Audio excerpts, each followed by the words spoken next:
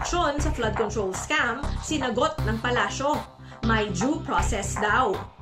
Iginiit ng Malacanang na hindi maaaring madaliin ang investigasyon sa kontrobersiyang bumabalot sa mga flood control projects sa gitna ng panawagan ng mga negosyante at manggagawa na agarang kumilos ang administrasyon laban sa korupsyon.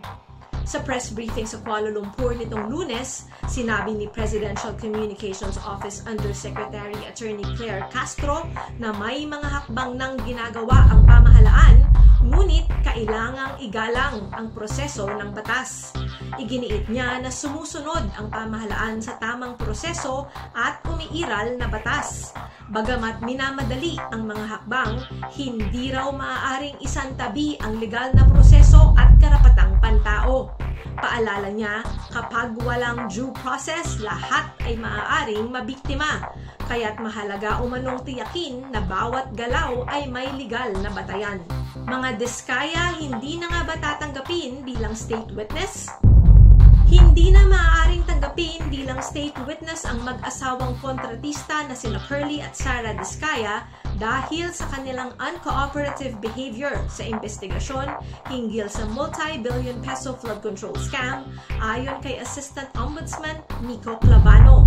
Dagdag pa niya, ang dalawa ay tinuturing ng hostile witnesses at posibleng makasuhan ng malversation of public funds, falsification of public documents, at iba pang kaugnay na krimen.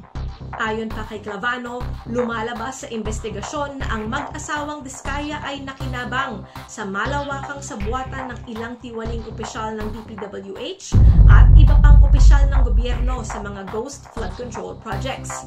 Matatandaan na inirekomenda ni Senator Rodante Marcoleta sa Department of Justice na tanggapin ang mga Diskaya bilang state witnesses. Ngunit tinutulan ito ni dating DOJ Secretary at ngayon ay Ombudsman Jesus Crispin Remulla. Walang taas presyo hanggang December 31 ayon sa utos ni Marcos sa DTI. Inatasan ni Pangulong Ferdinand Bongbong Marcos Jr. ang Department of Trade and Industry o DTI na ipatupad ang price freeze sa mga pangunahing bilihin hanggang December 31, 2025. Layunin ng hakbang na ito na mapanatili ang price stability sa gitna ng inaasahang pagtaas ng demand ngayong holiday season. Kabilang sa mga saklaw ng price freeze, ang canned sardines at canned meats, gatas, instant coffee at bottled water, instant noodles at tinapay, asin, toyo, patis, suka, at iba pang basic goods.